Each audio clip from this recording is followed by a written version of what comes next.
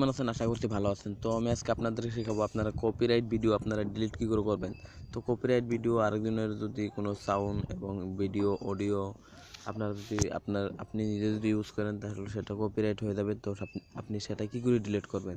তো আপনি ডিলিট করতে গেলে আপনাদের গুগল ক্রোম ব্রাউজার যাবেন, তারপর ডেস্কটপ সাইট অন করে নেবেন, নেওয়ার পরে ইউটিউবে যাবেন। তো আমি ইউটিউবে যাচ্ছি।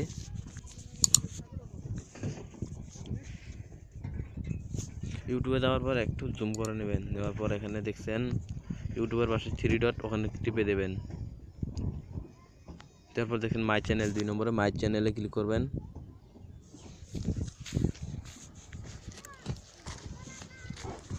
তো মাই চ্যানেলে ক্লিক করার পর দেখছেন উপরে ভিডিও ম্যানেজার, তো ভিডিও ম্যানেজারে ক্লিক করবেন।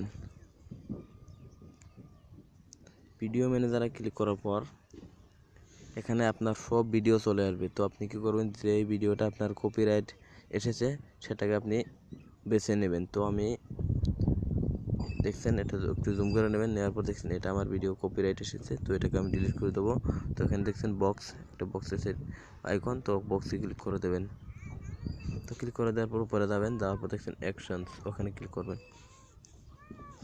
করার পর এখানে দেখছেন একদম নিচে ডিলেটের অপশন, তো ডিলেটের অপশনে ক্লিক করবেন, তারপর ডিলিট করে দেবেন। তো দেখছেন আমার কপিরাইট ভিডিও ডিলিট হয়ে গেল। তো আপনারা এরকম করে ডিলিট করবেন, নাহলে আপনাদের কপিরাইট ভিডিও আপনাদের ডিলিট করতেই হবে। তো আপনারা এরকম করে ডিলিট করবেন। আমার এই ভিডিওটা যদি ভালো লাগে অবশ্যই লাইক করবেন, সাবস্ক্রাইব করবেন এবং ভালো টাকা বেল আইকনটিকে বাজিয়ে দেবেন। তো আমার কাজ শেষ। তো এরকম করে আপনারা ডিলিট করে নেবেন। তো খুবই ভালো, আপনারা করে নেবেন।